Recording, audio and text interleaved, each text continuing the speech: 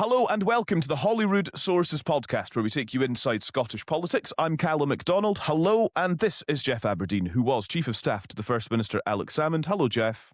Good morning. And Andy Maciver, who was Director of Communications for the Scottish Conservatives. Hello, Andy. Good morning.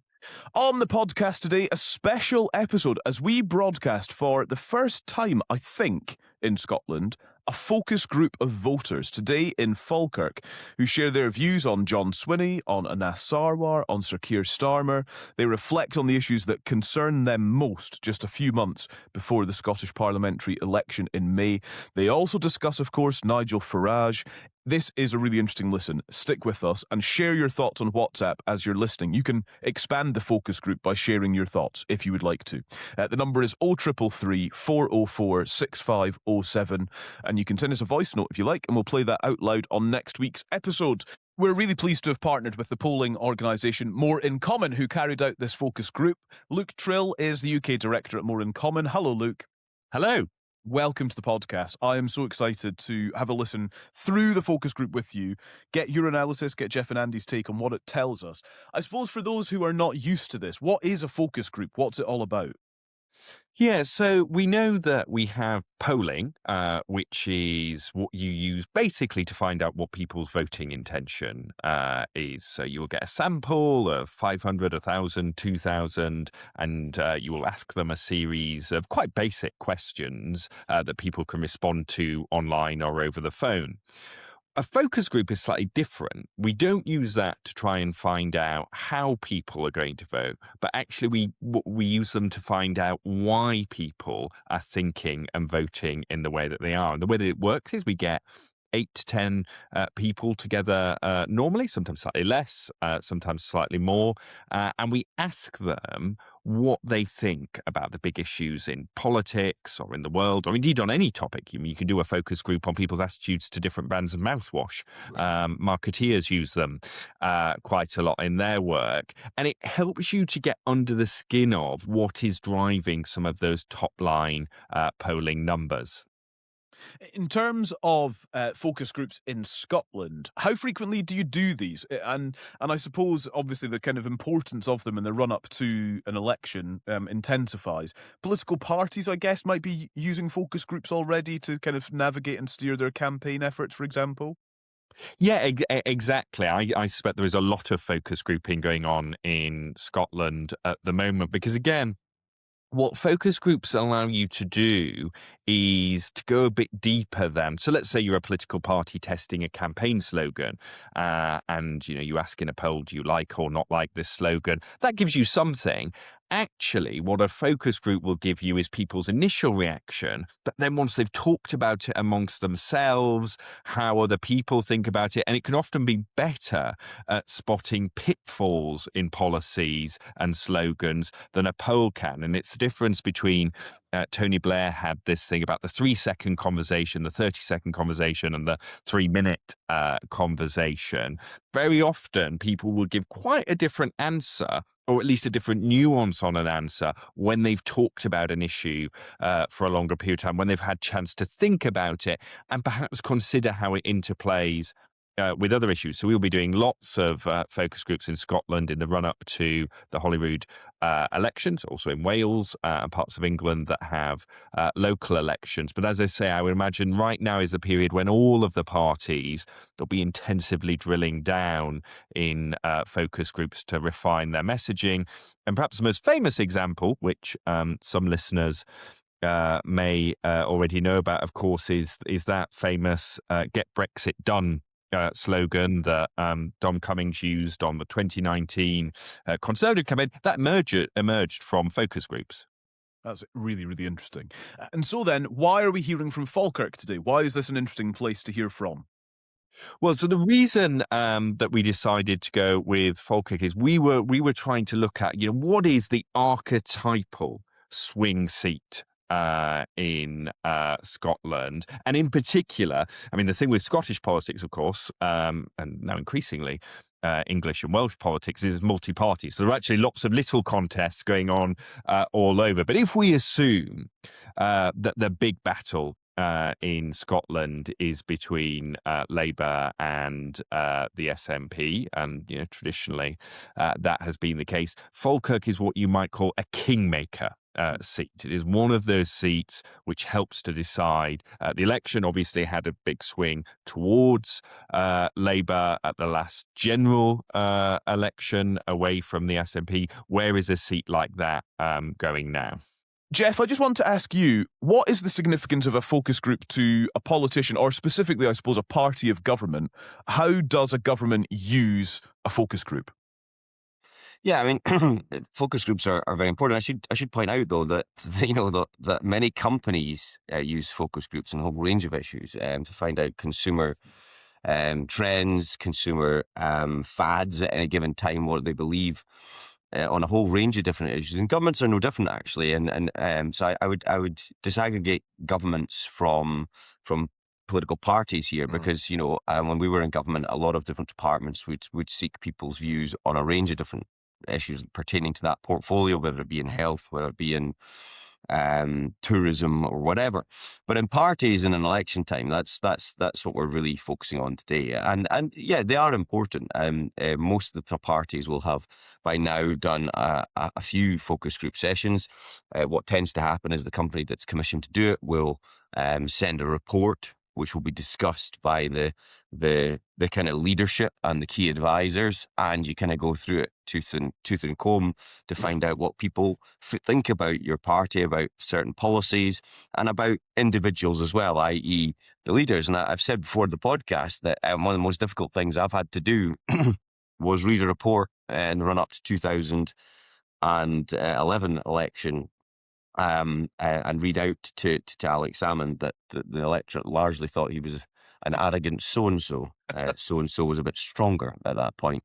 But the other side of the balance sheet was that they all recognised he was very good, and you could see a theme by which they would vote for him because he was good. But it also gives us insight into certain policies. And back then, of course, it's not too dissimilar to now, because we were in the wake of the financial crash in 2008. And a lot of people were just worried about their bills. They wanted to see jobs and investment. And so the long way of answering your question was I spent a lot of time in the run-up to that election speaking to Scottish Enterprise, speaking to Scottish Development International, the two economic development agencies for Scotland. And basically, they would be going around announcing some jobs here and there, whether it be 15 jobs in a call centre, whether it be a few manufacturing jobs in a welder practice, whatever. I stole every single announcement for them and gave them to ministers.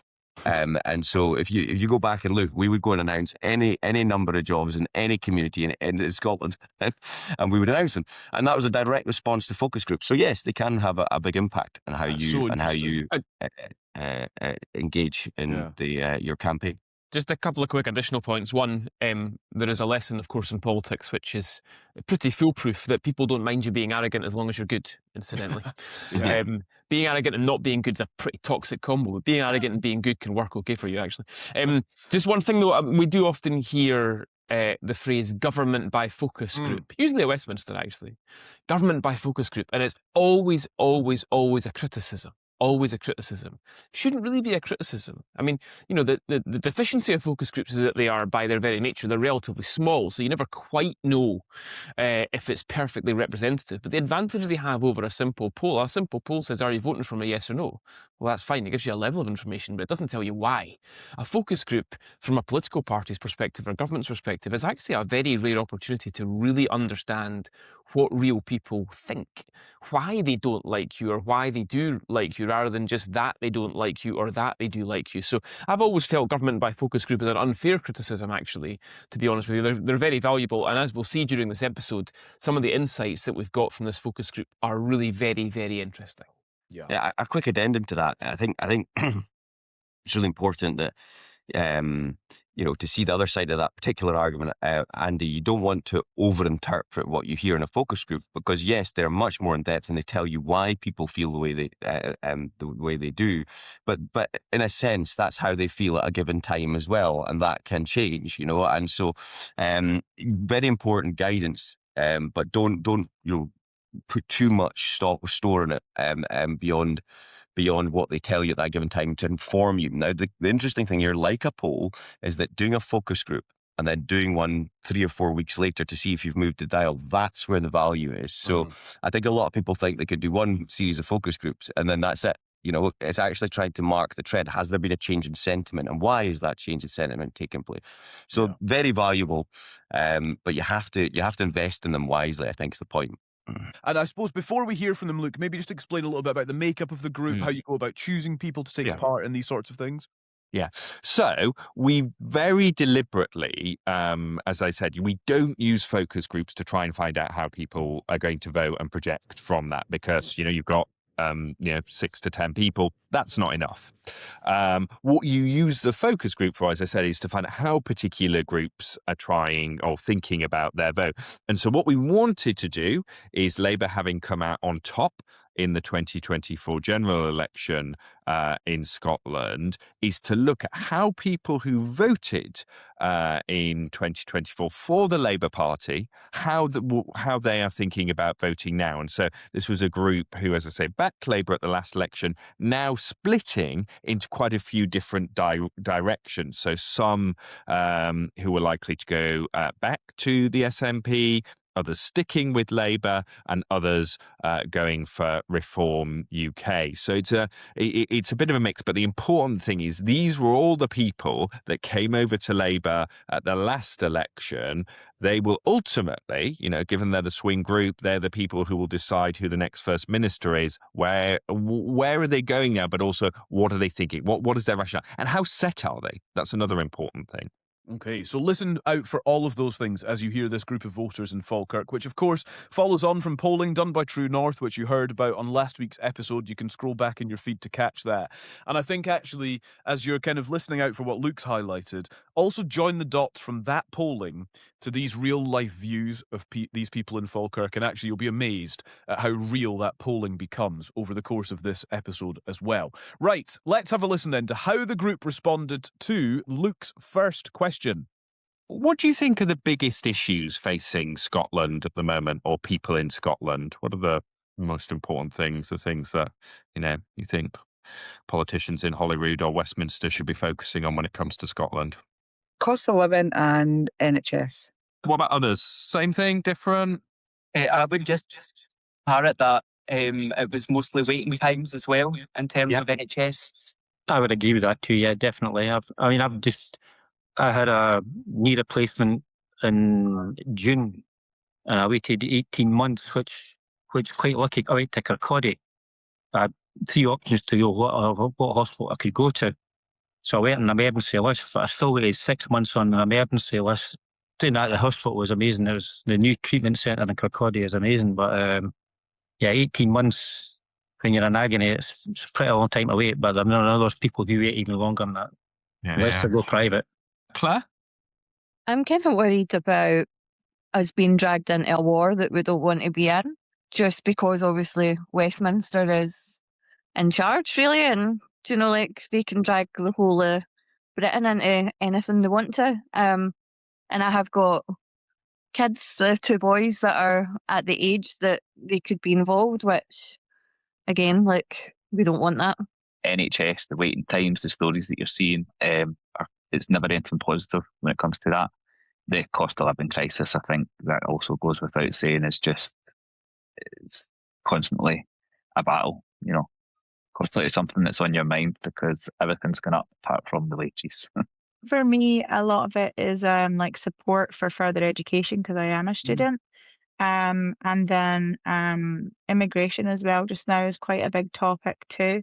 My husband is an immigrant, so we do follow a lot of that, and the rules are becoming stricter and stricter, which has a huge impact on our family, and the cost of all of that is very, very expensive.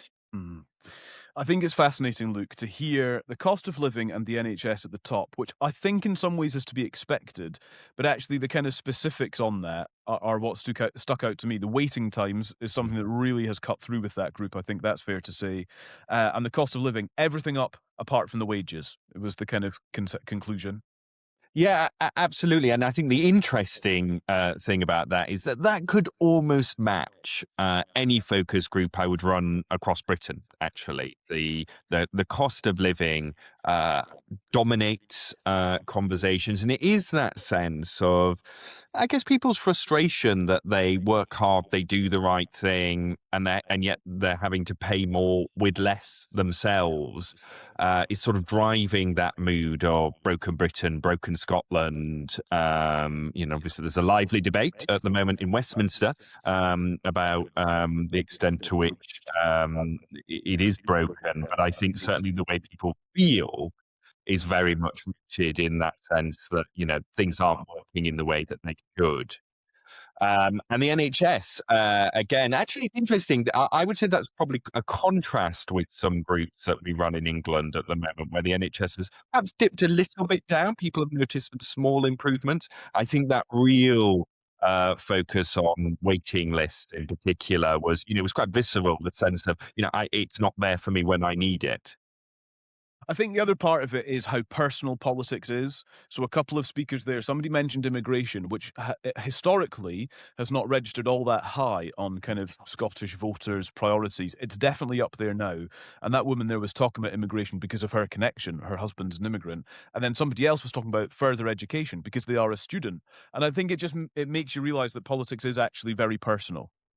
Yeah, absolutely. I mean, we're used to, when you're talking about politics, you deal with it in kind of abstractions, or you deal with it in, growth figures, average waiting times, levels of net migration. For most ordinary people, the thing that they care about is, how does this affect me? How does this affect me day in, day out? And I think focus groups are sometimes quite a good tonic, actually. And I think this was a good one too. Oh, but are people just getting all of, these thoughts from the media? Are they getting from elsewhere? No. This was very much people's own day-to-day experiences that they were talking about in the focus group. And it was clear that, they were the areas that they also wanted politicians to focus on as well. Andy, interesting there that the cost of living is really right at the top. The NHS, and specifically waiting times for appointments and for surgeries, etc., are of key concern. I think on the cost of living, that line, everything's up bar the wages, that could be anyone in Scotland that you're speaking to there, that everyone is feeling it's a bit tight right now, and they're looking to politicians to do something about it. Yeah, I mean, I thought that section was pretty brutal, actually. You could really feel, it was quite emotional in its own way, actually. You could really feel how tough it is for people right now, and people at all parts of the income scale, incidentally, because everybody has overheads, everybody has fixed costs, but disposable income right across the scale of incomes is really, really low. These are working people, and I think that is in essence the problem here. What they are describing is a country which which they feel does not reward work. You don't get a fair day's pay for a fair day's work anymore. And we talk about economic growth, and we've said lots of times on the podcast, you should say to a person in the street, what's your ambitions for economic growth this year? They'll look at you like you've got two heads. It doesn't mean anything. But actually, what economic growth is, it is the money in their pocket. All of this is about an economy which essentially for 15 to 20 years hasn't grown. That's UK-wide and in Scotland. And the truth is that neither government's tax and spend policy, neither the UK government or the Scottish government, is going to make any difference to this issue. It's going to make all of these issues worse, because we're currently in a situation where both governments are heavily taxing and heavily spending, and they're not making the pound in the pocket of the working person go any further. So I thought that was a pretty brutal section, to be honest with you. I can't say it was a surprise, though. Yeah. I also thought, Geoff, and just reflecting with Luke there, that actually in a lot of the responses to, issues that matter most to you right now, these things are very personal. So the woman there who mentioned immigration, her husband is an immigrant. The woman there who mentioned further education, she is a student right now. And actually the person there that mentioned the sort of risk or threat of war at this point, she was concerned because she's got two sons that in theory would be called up to serve. These things are really personal. People look at their own situation, their own family, and apply it to a world context and say, I'm worried about that. I need politicians to step in. Yeah. I think we're not the stars of this particular show. I don't think we're the stars of any show, frankly. The stars are those that are giving their feedback through the focus group, and I think that we should let them speak themselves, and to a large extent. But yeah, I mean, that's the key thing about a focus group. You just don't know what you're going to get. It's how politicians, political parties then interpret these things that are sometimes very deeply personal and consider, well, can we actually address those concerns? Can we try and accommodate them? And so I found that extremely fascinating, actually, the wide disparate views that were shared. I also think immigration is something that sneaked into kind of voters' priorities and polling as of a couple of months ago. And it's something that we will reflect a little bit later on when we consider Nigel Farage and the views of these voters in Falkirk of the leader of Reform UK as a party as well. Let's go on then, because the voters were also asked to review the performance of some key politicians. And we want to start this one with, of course, the Prime Minister, Sir Keir Starmer. I don't think he has much of a backbone.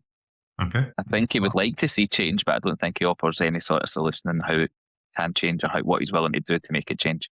He's not like a normal person either, though. Like, he doesn't understand things like the cost of living because he obviously comes from money. He doesn't get it. It's not an issue to him. He's probably never ever had his card declined or, anything like that at the supermarket. Not very well. I'm sorry. I'm pro-Palestinian. If you could spend millions and millions and billions of dollars fighting somebody else's war, why can't we use that for here in the UK for people that actually need it? The NHS that's failing us. The cost of living that's failing us. Bring the electric down, bring the gas down. Why are we not putting that money back into this country where we live, where we belong? That money has been coming out our tax money, so why is it not coming back into the country instead of going to a different country to find somebody else's war? Shouldn't be done like that. Go back to the thing. I'm retired. I'm over 65, 66, not 68. So last year when they said they were going to cut back on the winter fuel payment, I know Scotland have got a separate thing, but why did you do that? Because we've put our taxes in, we've paid our national insurance for 45, 50 years. Why should they then target? I know people will say, and maybe in this panel will say, they don't agree with what you've got. People who are pensioners should get money when people who are on the bedline who are younger. But at the end of the day, we've been victimised. That we've put money into the system for the last 45 years. And that was the first thing that, that the Chancellor said that we're cutting back on that. Okay, she got hammered for it. That's why it came back in this year. But it came through the Scottish government, of course. But yeah, this I just think you've got sometimes, the pensioners are overlooked.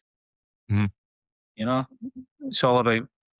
I mean, okay, the population it's a younger population. I'm one of the old ones, but you still got to think of the people who are not saying I fought for my country, but they're still folk in this life who are still done that, and they have to think of people who are at the end of their lifespan. Yeah. So you think for you it was the winter fuel decision got it off? I wasn't necessarily needing it. I wouldn't say I was needing it because it's minimal. But at the end of the day, there's so many people who do depend on that. And I know people who are like neighbours and whatever. It is handy, especially prior to Christmas and the winter heating. Heating gets, and they just said, no, we're scrapping it. Bad news. I think that someone who can't lead his own party is how are you supposed to lead a country? Like, there's so much infighting just now going on. Like, they can't seem to agree on anything. So there's just not any trust there at all. I just don't have any trust in his leadership ability if you can't get your own side on the same page. I don't really think about him very often, but I do think about some of the things that he wants to put in place, like the reforms he's making in like the NHS in England, or the plans that he wants to change. I just think it's such a huge job, and I don't know if he's fit for the purpose that he plans to do, like reducing the waiting times and basically removing NHS and trying to do the preventative healthcare approach rather than looking after people when they need it type thing, as and when they need it. Just don't really trust them. Don't really trust him is the final thought there, Luke. Again, just so interesting hearing it all coming to life. I mean, we started with he's a bit spineless. We heard a bit of he can't control his own team, and we concluded with I don't trust him. I don't really think very much about him. Checking in on the winter fuel payment fiasco, which still has a pretty long legacy as well.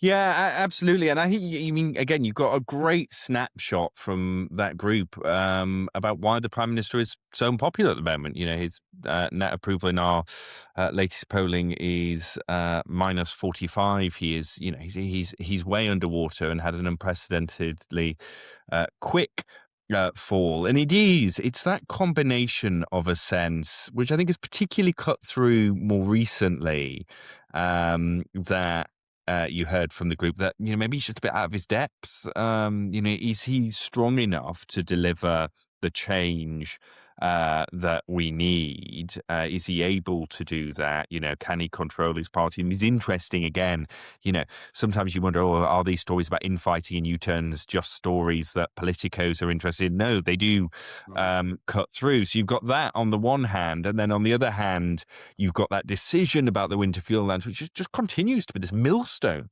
around the government's neck, even though, as you heard, it wasn't necessarily even that people needed the money. It was a sense of having put in, people should be able to rely on it to come out. And then you get the third bit, which is where I always slightly feel for Keir Starmer, was this sense of, well, he's always been privileged and he's never known what it's like to struggle. And of course, we know that Keir Starmer, by no means was from an affluent background. I think he described himself as quite comfortable for lots of his childhood, but by no means affluent. He saw those struggles and he's obviously had those personal struggles with his family as well. And yet that just hasn't cut through to people at all.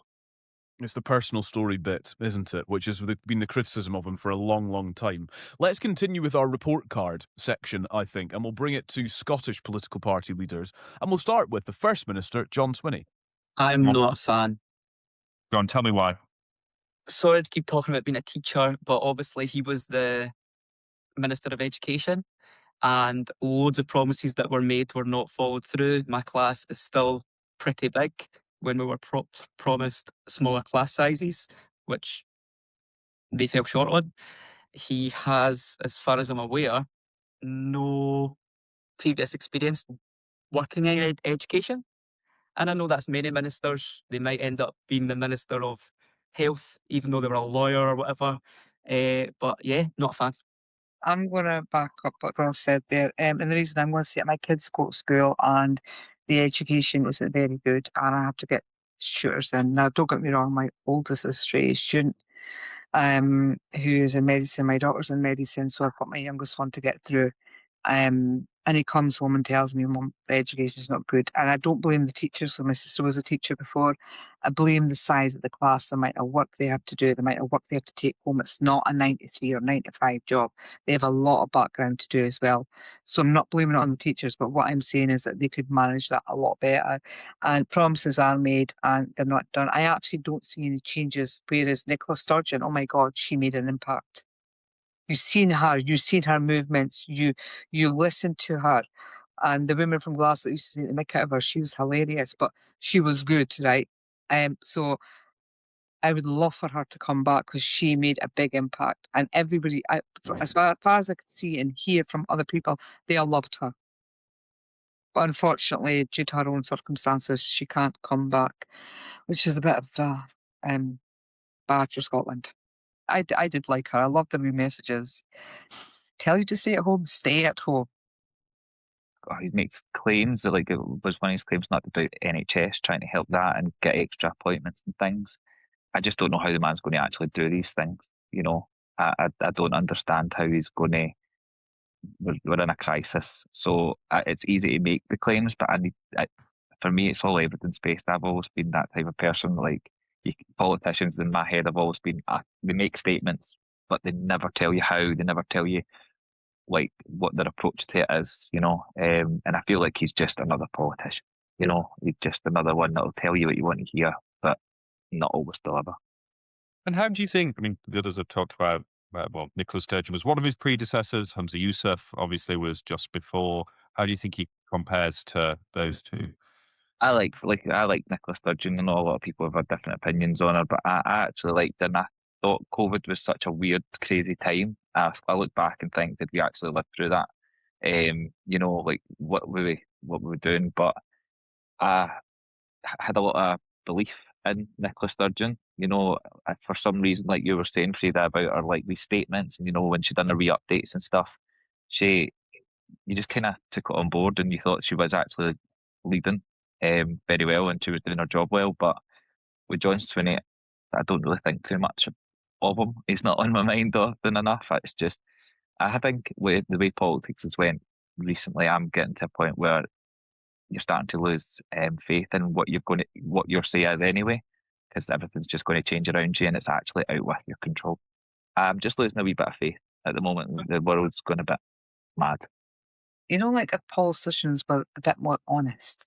See when they do something wrong, say, look, you know what, I said I'm going to do this, but however, it's not worked out because we've had X, Y, and Z problem, but we're trying another X, Y, and Z. We'd probably appreciate that more as a population. Give us some clear feedback of what went wrong, how you're going to fix it, and where we're going next. What's the next steps? There is no milestone in that. It's just a dictatorship. I'm going to do this and that's it. Like we don't get anything else from them. Anyone else want to come in on John Swinney or the SNP? Or Ian, you've said your piece. I think they've really lost their identity in Scotland, I think. Mm-hmm. Like, because you used to know that, like, obviously, like, they were driving towards independence, and I don't know what they're doing now. Really don't know what they're doing now. So, yeah, they're not really the party for independence at the moment. That will be an arrow, a dagger to the heart of John Swinney and the SNP. Luke, what are you pulling out of the answers we've just heard there? Well, what is so interesting, right, is, given we are heading into an election where it looks like the SNP's fortunes have, reversed from that disastrous 2024 general election result, is actually people are saying the same things about the SNP in focus groups that they were saying before that election, which is, and it's so interesting how often when I do these groups that this sense of the SNP having lost its way comes up, that this sort of sense of being rudderless, not necessarily having a direction, that John Swinney doesn't seem to have that sort of sense of purpose. And, I think even the most generous interpretation would say something, not the charisma of, some of his predecessors. And where it gets you to is, you compare that to what people were saying about Keir Starmer.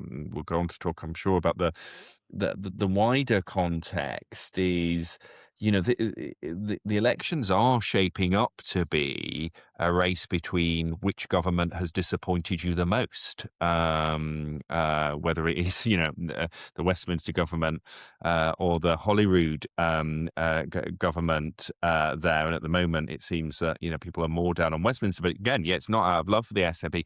And then there's that second factor. And look, I think this is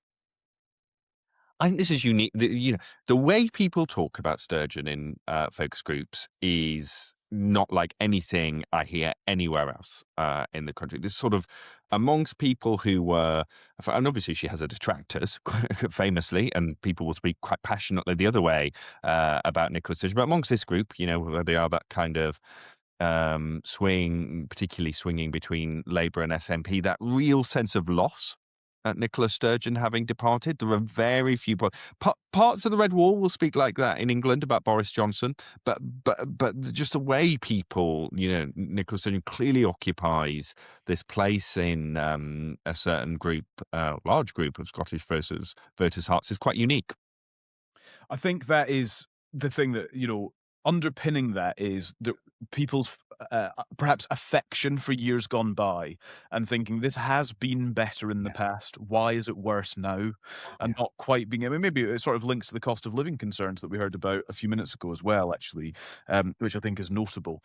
Geoff, some thoughts then on John Swinney. So first of all, I think what came through first in those responses one of the voters there in Falkirk, pointing to Swinney's track record, that he has been the Minister for Education, that they are concerned that he didn't do well there, and that's kind of following him into his time as First Minister, so far as they are concerned, by way of the report card that they are giving him. So there's that bit of it. There's also, I think, coming through there, what, dare I say, Geoff, you may be right, about the scunner factor, that actually when people look at Swinney, they sort of see just another politician, that overall they've kind of lost faith in politicians. Somebody extended that and said the SNP has lost its way and its sense of purpose in there as well. And actually there was a few mentions for Nicola Sturgeon in those responses, actually, and a sort of fond reminiscing of Nicola Sturgeon's time when, and the classic COVID came up, when her communication was thought to be so clear and her direction was so clear. It's interesting that immediately in an assessment of Swinney, Sturgeon comes up, along with all of these other things, that he's just another politician, that he doesn't sort of stand out from the crowd. It's a brutal sport, is politics. I think that particular section, they were talking about how they felt that under Sturgeon education was good and under Swinney it wasn't. Well, this is Sturgeon's government that was elected. It's her policies. It's brutal. But yeah, I think the point about John is right. I think they just, he lacks, perhaps they view him as lacking that boldness and inspiration. And that's what I think a lot of people within the party and those that want to support the SNP, because I think there's a big catchment for the SNP, but they want to be inspired. They're probably not feeling that way just now. And I think, I said it last week on the podcast, I think this election's a lot closer than people realise. And one of the reasons is that personality politics at the top of it, and also that long record that the SNP have got to defend. I do think the point about Labour UK as a noose around Labour's neck in Scotland is right. So all these things are going to factor on polling day, I have no doubt, as well as the rise of reform. Yeah, I thought that was the section that I think was most interesting, and it took me by surprise a little bit on some of the Swinney stuff. The Sturgeon stuff wasn't a surprise to me. I think in politics, in the political bubble, we see Sturgeon as being, yesterday's person. You almost see Sturgeon as being a noose around their necks more than anything else in the bubble, but actually out in the country, it's not quite the same as that. Bearing in mind that most people's engagement with politics absolutely peaked during COVID because they were watching politicians every single day, and so the memories of Sturgeon are actually pretty fresh for a lot of people. So I wasn't shocked at that. I'll tell you what I was surprised at is how much people link John Swinney to education. I had no idea that depth of memory and knowledge would exist. And I don't think that's great for the Scottish Government, because if you look at across all the Scottish Government policy areas, if you speak privately to people in the Scottish Government, they will realise that things could have been better in the economy. They'll realise they could have done better in various different policy areas. They'll realise that some of the things they focused on over the last few years were the wrong things to focus on. But they have a massive blind spot when it comes to school education. They think they are doing really well in schools and with education. It's a very bizarre blind spot the government has, because everybody outside will tell you that it's not a good picture. And the fact that they're linking John Swinney with education was interesting to me, quite surprising to me, and will not be entirely good news if that is actually widespread across the country. Yeah, that's interesting. A surprise from the group in Falkirk. One of the other key players, of course, in this Scottish parliamentary election is the Scottish Labour leader Anas Sarwar. Here's our friends in Falkirk with their assessment. Do any of you know, or do most of you know, none of you know the Scottish Labour leader? Anas Sarwar, isn't it? Yeah. Oh yeah, A heard of him. couple of you, not all of you. Do you have an opinion of him? I do actually. That was like on you go. I do actually, believe it or not. The guy's quite straightforward, he's honest, he's open, and from what I've heard from other people, if he says he's going to do something, he does it. He's very upfront, he's visible. I have actually seen him. I don't know who he was, but I've actually seen him. From what I hear, he's quite a likeable person from the people that I've mentioned his name. I don't know him or anything, but I've seen him once in the past and didn't know who he was. And somebody goes, "Do you know who that is?" I'm like, "No." He comes across, you don't see him very often because it's always John Swinney on TV and whatever, but when you do see him, he seems a genuine guy. I've seen enough of John Swinney. I don't want to see him anymore. Really, seriously. I'm sick of looking at him. folk used to say I don't like him when I used to wear my glasses and I had black hair, but now I'm grey and more or less bald. Anna Starmer seems a genuine guy, and I'd vote for him. Well, I do vote for him. I'm not totally clued up on who he is as such, but because the way Labour's going now, I'm not really overly keen on them anyway, and it's a shame because I've always been in a sort of Labour family. I've always believed in their values and what they stand for. So I would be lying here if I had strong opinions on the gent, but they've kind of lost my interest a wee bit as times went on. Unfortunately, which is something I never ever thought. I just thought I'd always be like one of those people that was, a Labour Party, supporter. But back to when we were talking about Keir Starmer there, I was kind of, I feel like him himself is like, I think he's quite sheepish, I don't think he looks or comes across as a leader. Like even when he has interactions with, leaders like Trump, I feel as if he's quite intimidated. And I'm like, and for someone who's meant to be leading their country, that's not what you want to see. You don't want someone who is going to be intimidated by another leader. So I've got my opinions on him, but again, I don't really know too much about this other gent. I couldn't have told you like his name, like out of anybody. Yeah, I didn't really have a clue who he was. I don't know if it's maybe because I generally tend to follow more English politics, but not as iconic as like other previous leaders, I would say. We got the full range there almost, Luke, didn't we? We started with, I hear really great things about him, compared to, I've never heard of him at all.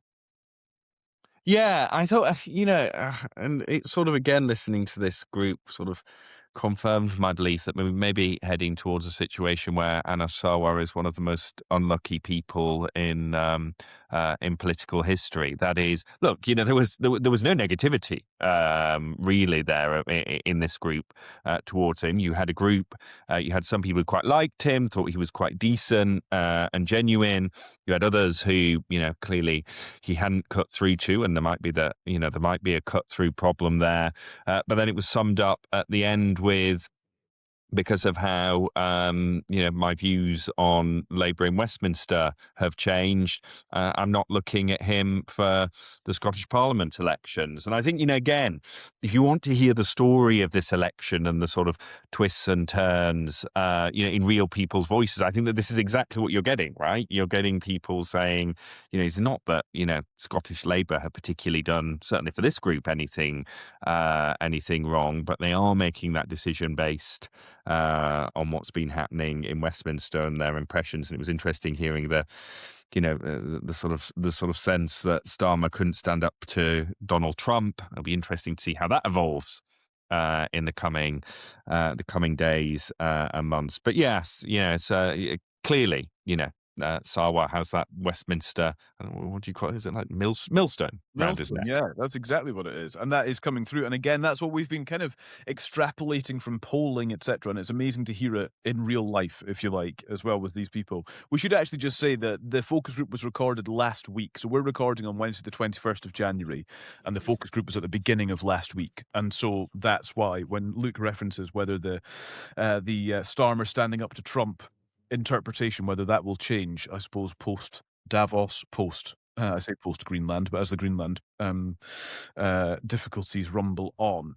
I wonder, Andy, if on Anas, as Luke has kind of alluded to there, that he might be just one of the most unlucky politicians ever. That people are kind of quite friendly and warm towards him. Luke makes the point there's nothing negative really said about Anas Sarwar there. But actually, still underlying all of this is going to be which government has disappointed you the most, as a question that really drives voting come May. And I wonder if that's the issue really for Anas. Something we've been reflecting a bit recently, but to hear it out loud in Falkirk, I think is quite interesting. I've never met anybody personally or professionally who thinks Anas Sarwar is a bad guy. I've never met anybody personally or professionally who thinks Anas Sarwar is incompetent, doesn't think he's able. People think Anas Sarwar is very smart, a good campaigner, a decent guy, very personable, all of that sort of thing. Nobody really has much of a bad word to say about him, apart from the fact that the word Labour is after his name. Now, I will have undoubtedly bored listeners for too long on this particular subject. I know I've bored Geoff for too long on this particular subject, perhaps amongst some others.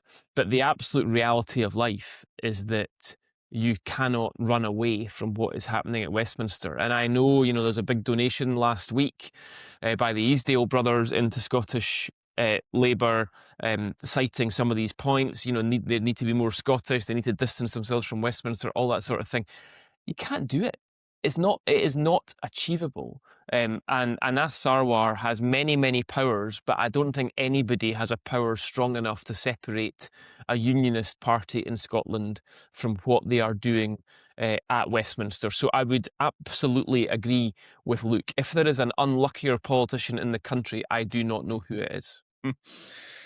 Geoff, how can a politician respond when the response generally is warmth from this focus group, but that's not enough, it would seem, necessarily to motivate people to actually go out and vote for you? They don't hate you. They don't really have a strong feeling on you almost. What do you do in that situation?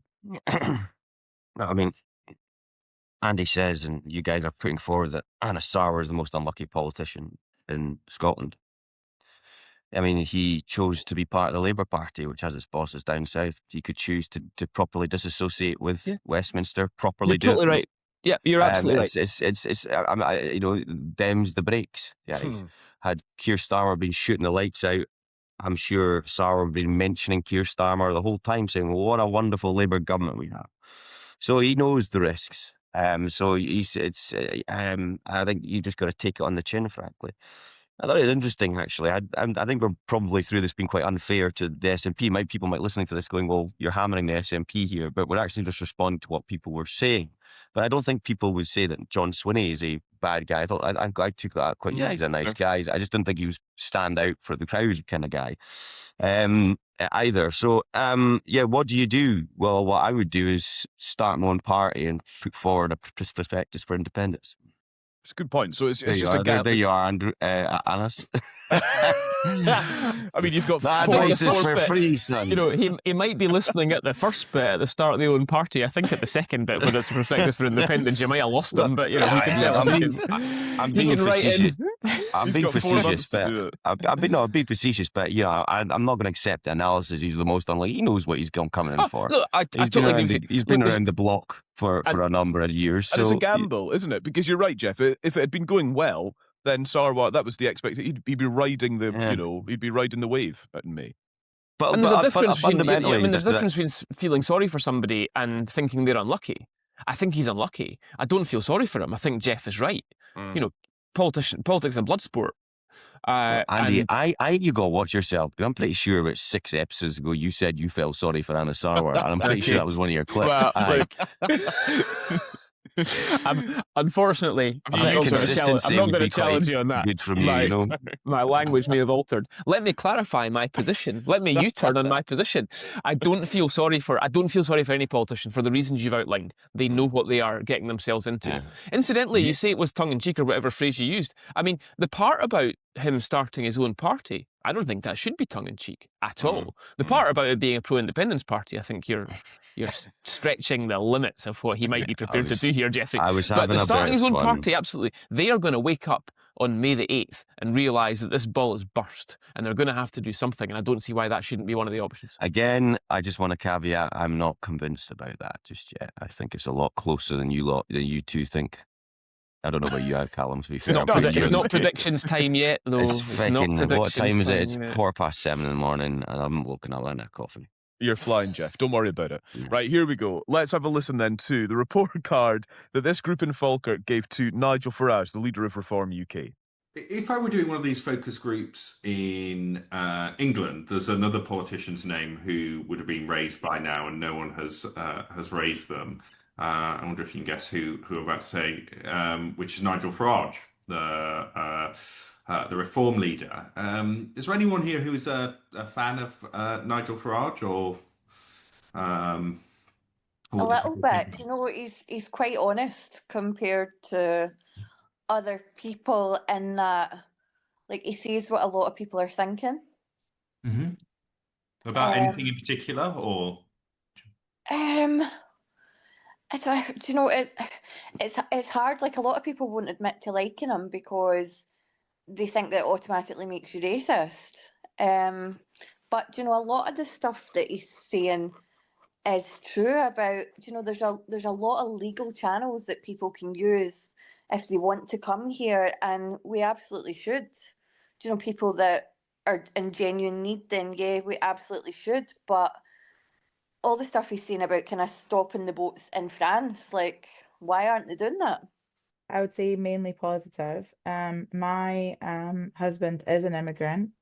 He is from Nigeria, and he came here the legal way, and we as a family have had to pay like thousands and thousands and thousands of pounds for me to like just be married and have my husband live in the same house as me. And at this stage, he still doesn't even have his British citizenship, and we've been together for over a decade. Like, all the legal hoops that you have to jump through, they are expensive. Like, before I like met my husband or whatever, I had no idea how difficult it was to actually get to the end of the journey where you do get your indefinite leave to remain, and then when you do get your citizenship. And the fact that, and it's interesting because you would think that immigrants would have much more empathy for people coming in across the boats. But what I've found is, because a lot of my friends are immigrants, whether they're Irish or French, or like I've got like a lot of my friends are not actually Scottish. Um, and a lot of them are actually really quite angry about the situation. And like my grandmother, she was an immigrant. She came here as well from Cyprus. And so we've got like so many people who have gone down the legal route, and it's not a simple process. And then when you have people coming in and no like screening process, I mean, I know there is a lot of chat in Falkirk about the girls that have been raped by people who were staying in the hotel, and friends of mine who I know very, very closely, like their girls were getting like followed home from school by people who stay in the hotel, and things like that. That is a genuine concern that's like in and around, and it's a growing concern in Falkirk. So I don't know if you guys know this, but Nigel Farage actually came to Yeah. Falkirk for a party conference. And when I think the first time that he came, there was like less than 50 people. And from what I'm led to believe, the room was full this time, with like over 1,000 people there. So the fact that he's able to have such a big following in Falkirk compared to like 5, 6 years ago, the impact of what's going on at the hotel in Falkirk and is actually seeping into like the general consciousness of, and like raising immigration as an issue in and around the Falkirk area. He's probably one of the most well-known tenured politicians. He seems an affable guy. He's very intelligent. He gets on well with other leaders. He's best mates with Trump and whatever. But if he came into power, has he got the background team to run a country? I mean, you take a couple of token Tories like one today, and what's the other one? It's the author. I mean, culture secretary, which he was when they're not people who can run a country. That's going to let them down, I think. He's a great figurehead, but it's who's behind him. I feel like he's quite a polarising character. As people have mentioned, I feel like he gives a voice to voters who maybe don't feel like they're seen by the kind of mainstream parties. However, I do think he uses quite divisive rhetoric. I think he makes things really simplistic. It tends to be slogans rather than "this is how I'll do it" or "this is how we'll action that" type thing. And it's just a bit of a lack of depth, I would say. But I can see why people do agree with his kind of stance and the impact that he wants to make. I think he could be quite a powerful character at times, and he makes a lot of bold statements, which could rub a lot of folk up the wrong way. But I do agree with some of the things that he says, but I also don't know where things would go if that was the type of party that had to come into power. Specifically, as a woman in Falkirk, like my family are concerned when I walk the dogs at like Calendar Park, which is next to the hotel and stuff, and they're always like, like, don't be going there yourself and stuff. As a woman in your own town, that is quite concerning. Yeah. Like, really concerning, because it's like, well, this shouldn't be happening. He's a bit too much honest. Some things are better not said. When it comes to the issue with the immigrants, yeah, I agree they should be screened, because for safety, there's problems happening all over the place, right? They're coming into here, they don't know the rules, they don't know how to behave. And I agree with that, but not all people coming through on the boats are the same. One of the things about the interpretation of Farage, I think, is that he is somebody who says things that he believes what he says, that actually immigration is a valid concern for him to be raising. That is core Nigel Farage that seems to be resonating with our group in Falkirk. Yeah, I mean, it was funny that perhaps my biggest takeaway from that focus group when I walked away afterwards and was speaking to colleagues was I said, Nigel Farage has been really detoxified for some voters in Scotland. There's almost always been, we know in the past, that sort of metaphorical, if you want to use actual sort of Hadrian's Wall as the barrier to Nigel Farage. And what was interesting in this group was, again, I mean, people who'd praised Nicola Sturgeon were sort of saying, well, Nigel Farage, at least he seems to be honest. At least he seems to be authentic there. And then on the issues as well, talking about immigration as well. And I thought it was funny, again, to go back to the start of our conversation where we talked about the personal as the political, it was interesting that, someone who in that group had, said immigration was an issue because she was married to someone who was an immigrant to this country, was actually quite hard line then on other people, in this sense that, well, her partner had to work so hard, they'd had to pay the visas, go through the whole process. Other people, in her view, who weren't coming here legally were sort of almost, playing the system. You also had, obviously, came out, talked about safety concerns and worries about walking around late at night came out as well. And again, this wasn't the whole group. Other people had different views on immigration, some more liberal, some more conservative, but it was definitely for people, they felt it was an issue, and clearly some people thought Farage was the person speaking to that issue. And I think, again, talking about this focus group sort of putting into real people's words those different moments in our politics, I do think that it really did come through, the fact that Farage was no longer the untouchable bogeyman for some of this group that he would have been in the past. Geoff, Luke's biggest takeaway from the focus group as a whole, he says, is the extent to which brand Farage has been detoxified among some voters in Scotland. It doesn't take us too long to go back in history and remember the time he got trapped in a pub in Edinburgh, and that sort of famous sort of depiction of, is this how Scotland as a whole feels about Farage? Now, Falkirk is interesting, of course, because there was, and there still is, a hotel there housing migrants that became the focal point of protests and difficulty and, frankly, allegations of criminal behaviour. That came up in this conversation, in this focus group as well. And so that is where Farage picks up support, because he's speaking to those people. So I think Falkirk's an interesting, perhaps, microcosm, but Luke's takeaway was he's been detoxified. Yeah, I think it's important to point out, I wouldn't say he's been fully detoxified. I think the point that they're making is that they're open to some of the arguments that they're putting forward, and remember that Nigel Farage doesn't have to be fully detoxified for them to completely disrupt this election and Scottish politics. He needs what he's probably getting just now, anywhere between sort of 15 and 20 percentage points. That is going to disrupt the Scottish Parliament entirely, and right now they're on course to do that. But I think the point for me was Farage recognises that he's probably never going to be the most popular of figures in Scotland, and so that is why he is appointing Malcolm Offord. And I found it really interesting. A lot of social media, and isn't it interesting? We're talking in the bubble here. We're these arseholes in the commentariat and all the rest of it. But like, I find it really interesting that on social media they're making fun of Malcolm Offord. He didn't do this interview. Oh my God, that was a disaster. It was rubbish and all the rest of it.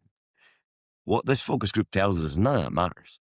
They will see a guy on the television that can speak quite well about economic growth in the future, and that is part of Farage's strategy to detoxify himself, is have somebody else talk. Yeah. And I think you've got to remember that there's a big difference between going on Twitter and seeing the same echo chamber and folk out there who've got real concerns, and I've just watched that as well. Well, on that, Andy, I want to put this to you then on Farage as to, your argument on this podcast for the last almost 3 years has always been, we've just heard it a minute ago, that UK parties and Scottish parties should be separate. Isn't there an argument that I think Geoff has just hinted at, nudged towards, that the appointment of Malcolm Offord goes some way to helping Reform UK, actually? So the kind of, if I can say it like this, in inverted commas, the Scottish branch manager of Reform UK, Malcolm Offord, is actually an asset to Reform UK's electoral chances in Scotland because it helps dilute any toxicity that still surrounds Nigel Farage. Well, Malcolm Offord and Reform Scotland are polling at, 18% in your poll last week, Geoff? 18, 19%? I can't remember. Or thereabouts, high teens, I think it's fair to say. Nigel Farage's Reform UK-wide is polling at 28, 30, 32%.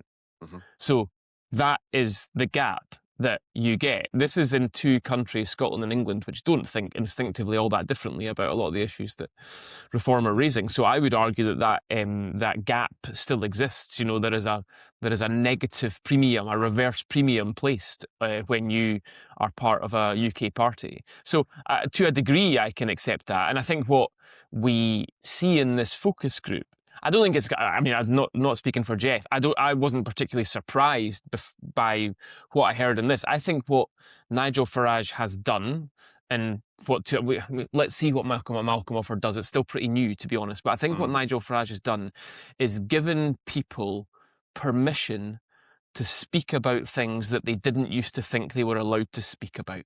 Now, that may be quite negative in some circumstances.